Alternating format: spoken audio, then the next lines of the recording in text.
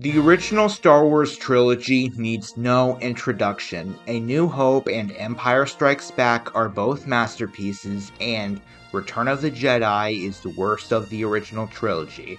I am not here to talk about how good the original Star Wars trilogy was, and how it made Star Wars a worldwide phenomenon. I am here to talk about the Star Wars special editions, and I will be comparing them with the original unaltered cuts. I got these DVDs right here. Let's go back to the mid and late 90s with this commercial right here. Nothing really too crazy until the narrator said this. This will be your last chance to own the original version of Star Wars, the George Lucas masterpiece that launched the Star Wars trilogy. This came out 2 years before the special editions came out in 1997, and it was George Lucas saying, Fuck you, you're not watching the unaltered Star Wars trilogy after that. so this meant everyone was stuck with all of the new CGI that was added to the original Star Wars trilogy. So if you don't want a CGI Jabba the Hutt, then too bad, you are watching A New Hope with the CGI Jabba the Hutt. The 1995 VHS release was not the final time the original unaltered trilogy was released. It was the 2008 limited edition DVD, with the original unaltered versions and the special editions bundled together on 2 separate discs. Why the hell doesn't every optical disc release of Star Wars have both the special editions and the original versions bundled together? When the original Star Wars trilogy came out on Blu-ray, George Lucas got rid of the unedited cuts entirely. This was the last time that you could legally watch the original unaltered versions of Star Wars. Many people think that you need a VCR in order to watch the original unaltered versions of Star Wars legally, but that is not true. All you need is these DVDs and a modern Blu-ray player or a DVD player, and you're all set. Nicki Minaj, but the image quality and screen formatting weren't updated for DVD standards, so George must just slap the Laserdisc versions on a DVD and called it a day. He didn't bother to reformat the screen, so when watching them on a bigger flat screen, there are black pillars surrounding the screen. And then I found out by hitting aspect on my TV remote, I can reformat the screen for it to fit much better on the TV. There, problem solved. A lot of kids from Gen Z who had grown up with Star Wars had watched the original trilogy with the CGI added in, including myself, and I went out of my way to watch the original versions of the original trilogy. With the special edition changes, some of the changes were for the better, and others that are kind of shit.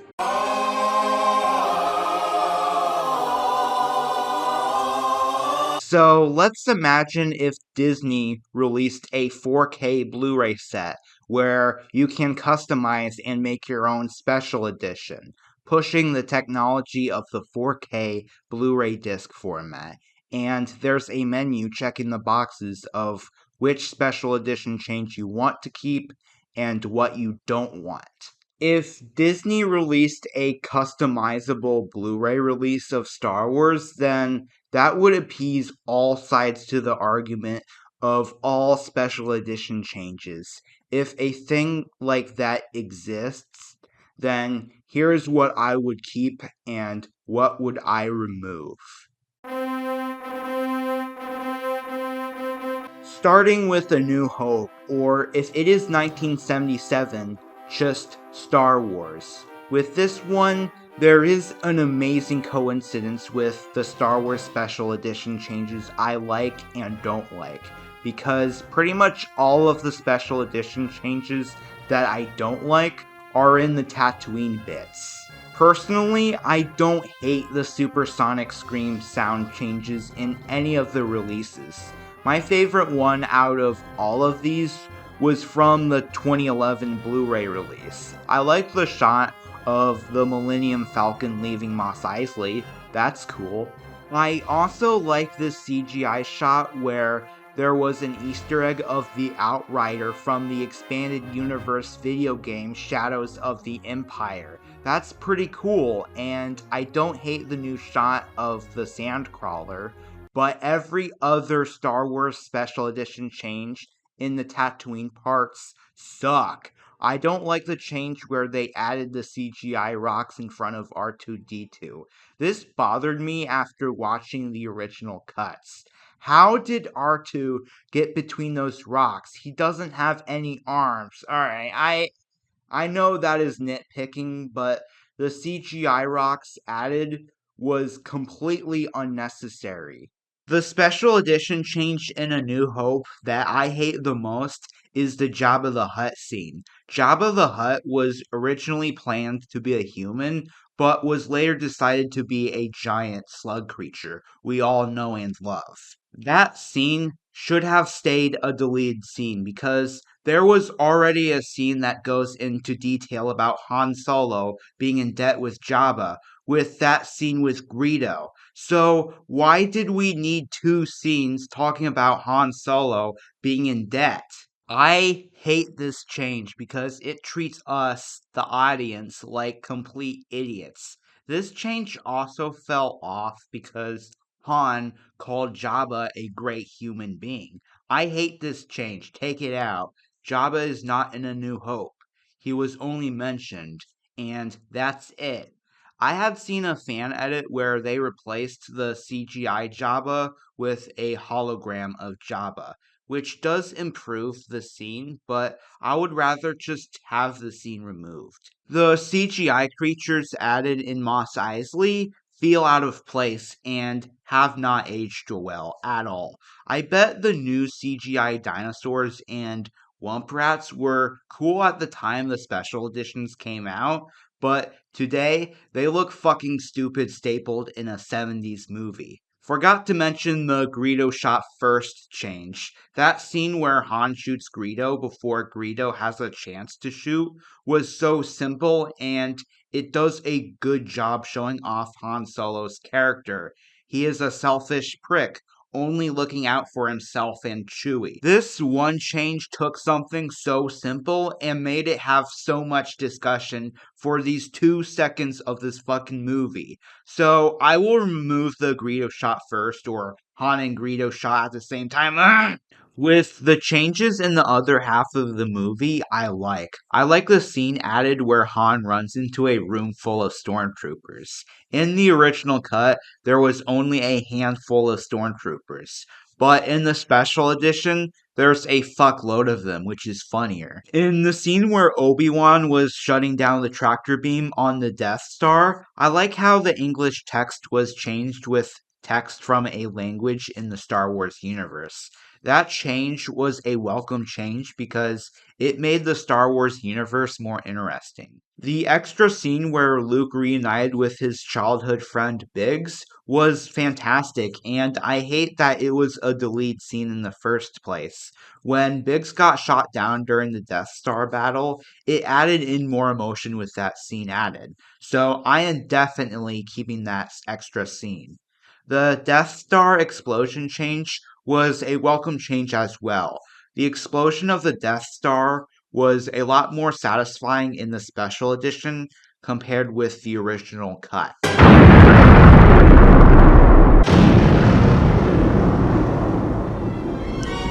That is it for A New Hope. So let's go to Empire Strikes Back. So with the changes that were added in A New Hope, I was 50-50 on. So let's go to Empire Strikes Back and see what are my opinions of the special edition changes for this one.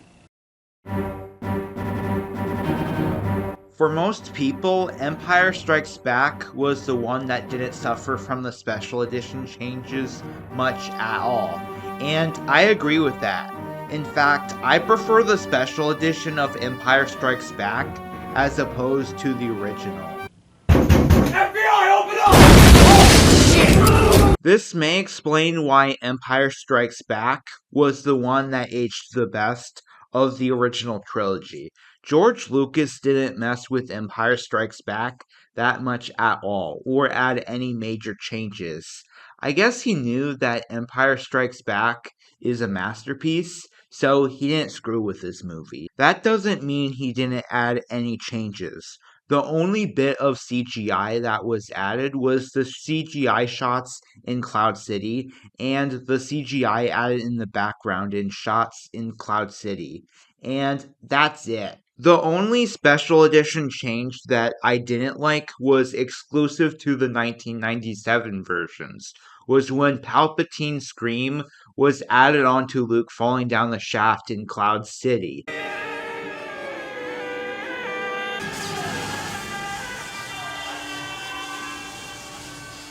Thank God that change was only in the 1997 version because, fuck, what pills was George Lucas on? Luke was committing suicide after finding out that one of the most evil men in the galaxy is his father. So, why would he be screaming? Yes, we, the audience who have seen this movie a million times, knew that Luke was going to survive in this movie. But does Luke, the character in the movie, knows that he was going to survive?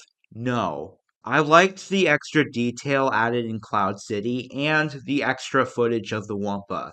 Those were welcome changes, but the one that really improved Empire Strikes Back was adding in Ian McDiarmid as Palpatine. Sorry for the people out there who like Clive Reeville as Palpatine, but I could not take this version of the Emperor seriously. He sounds like a grandpa offering a cookie to his grandkid. Would you like an oatmeal raisin cookie, grandson? If I had seen Empire Strikes Back in theaters back in 1980, then I would literally laugh at this scene. Like, who the fuck is this guy? And not in a good way. That is it for Empire Strikes Back. And there were not any major changes with this one. But with Return of the Jedi, the special edition changes in this one, I have a lot more to say about. Return of the Jedi is the one that suffered the most from the special editions. And this was the version of Return of the Jedi that I grew up on. And as a kid, Return of the Jedi was my favorite one of the entire saga. But as an adult, it is still a great movie, but I prefer the earlier two movies and Revenge of the Sith over Return of the Jedi. That doesn't mean that all of the changes in Return of the Jedi suck. There were changes that I don't mind or were for the better. The special edition change that I absolutely hate the most, and most fans will agree with me, was replacing the song at Jabba's palace, Lofty Neck, with this really shitty child song, Jedi Rocks. The original song was so catchy, but at the same time, had a dark and ominous tone that gave Jabba's palace the grimy bar and strip club vibe where crooks hang out. Lofty Neck was a catchy song, and it worked.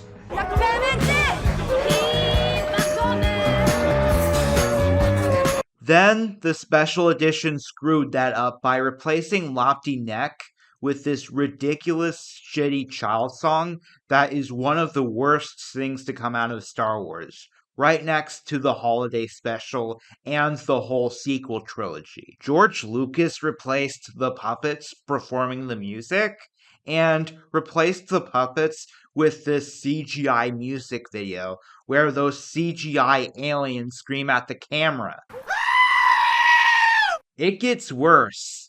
When that green nipple lady falls into the Rancor pit, this topless CGI Mrs. Puff thing does a high pitch God, is there anyone who likes the Jedi rocks change over the original? In the original version, Jabba's palace felt like a dark and grimy nightclub, but in the special edition, it makes Jabba's palace feel kiddie. Jedi rocks definitely is getting removed. You idiot! That green nipple lady's name is Ula! Oh! Yes, I get it. I've been on Wikipedia.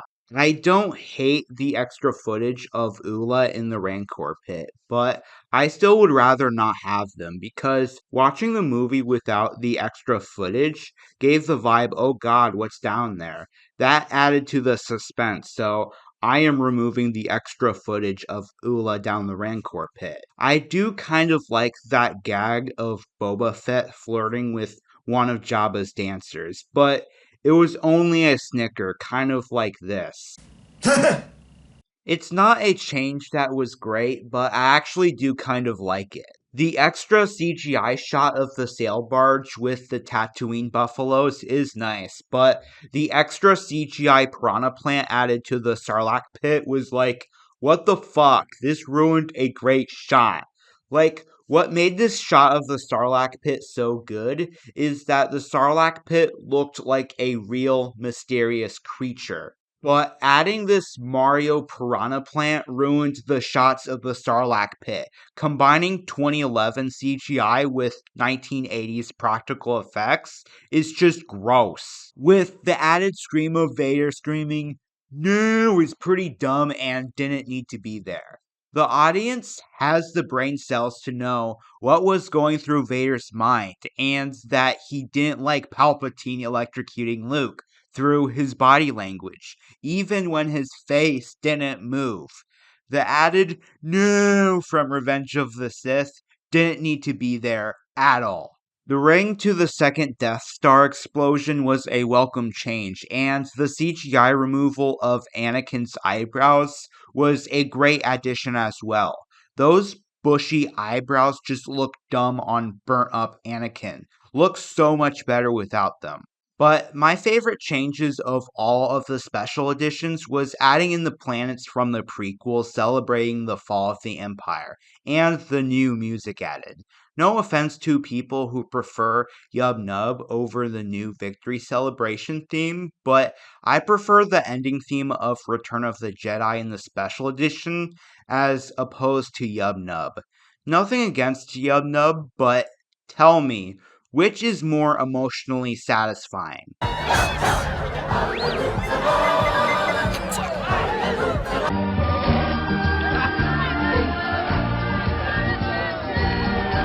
I prefer the ending theme of Return of the Jedi in the special edition as opposed to Yub Nub. Nothing against Yub Nub, but the ending in Return of the Jedi in the special edition is more emotionally satisfying because of the added in planets from the prequels and the music change. So, in conclusion, out of the two music changes in Return of the Jedi, get rid of Jedi Rocks and keep Lopty Neck. And at the end, keep the Victory Celebration theme over Yub Nub. Case closed. Now for the elephant in the room. Hayden Christensen replacing Sebastian Shaw as Anakin. Probably one of the most controversial changes in the special editions, but in my opinion, replacing Sebastian Shaw as Anakin isn't the worst special edition change because I get what George Lucas was trying to do. He was trying to make Return of the Jedi fit with the current canon because Anakin slash Vader died when he was 46, so having a younger actor to play Anakin as a Force Ghost makes sense, but Hayden Christensen's Force Ghost was filmed during the filming of Revenge of the Sith. My problem was Hayden Christensen was still young when filming Revenge of the Sith. Could you try to at least put on makeup or CGI on Hayden Christensen to make him a couple of decades older. I get what George Lucas was trying to do, but could he try at least a little harder? I have that same problem with Hayden Christensen in Obi-Wan playing young Padawan Anakin.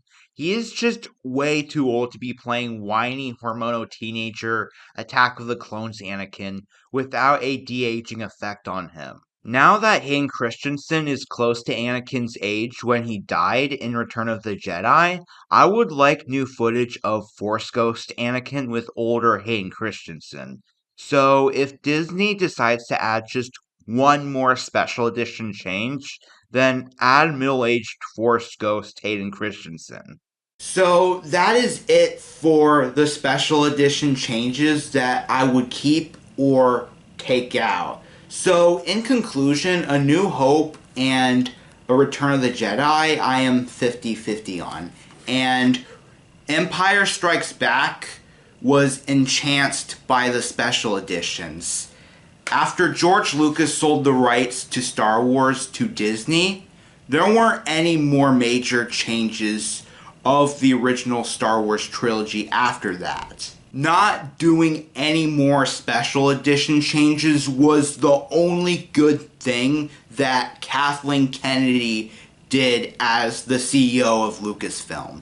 And thank God.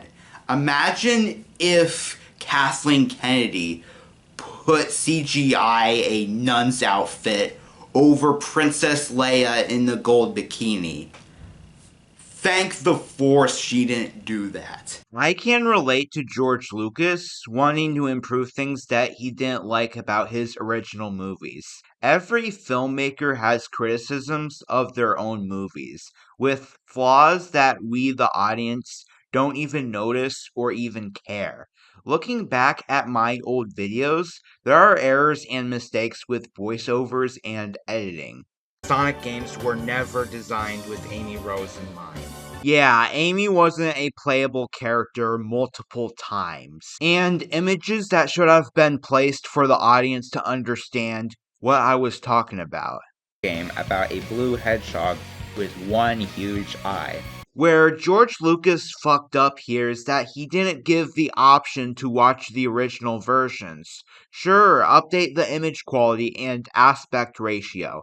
Add whatever change you want to satisfy you. But if you are going to do that, give us the option to watch the original versions without piracy or going on eBay to get a VHS or an old DVD copy. Then, when Disney bought 20th Century Fox, they had the perfect opportunity to re-release the unaltered Star Wars editions, since 4K Ultra HD Blu-ray was out for a few years, and Disney Plus, but nope, Disney hates making money. I do consider remastering some of my previous videos in the past, but if I do that, I am still going to give my audience the option to watch the older versions of my older videos. I'm still going to give that option. If a customizable Blu-ray set of Star Wars is too good to be true, give us the option to watch the unaltered versions. Like every Blu-ray and DVD release of Star Wars should have the original theatrical versions as options. Like this DVD set right here. I am forever grateful that adding CGI in older movies didn't become a trend in Hollywood. Thank you, George Lucas, for not destroying Hollywood.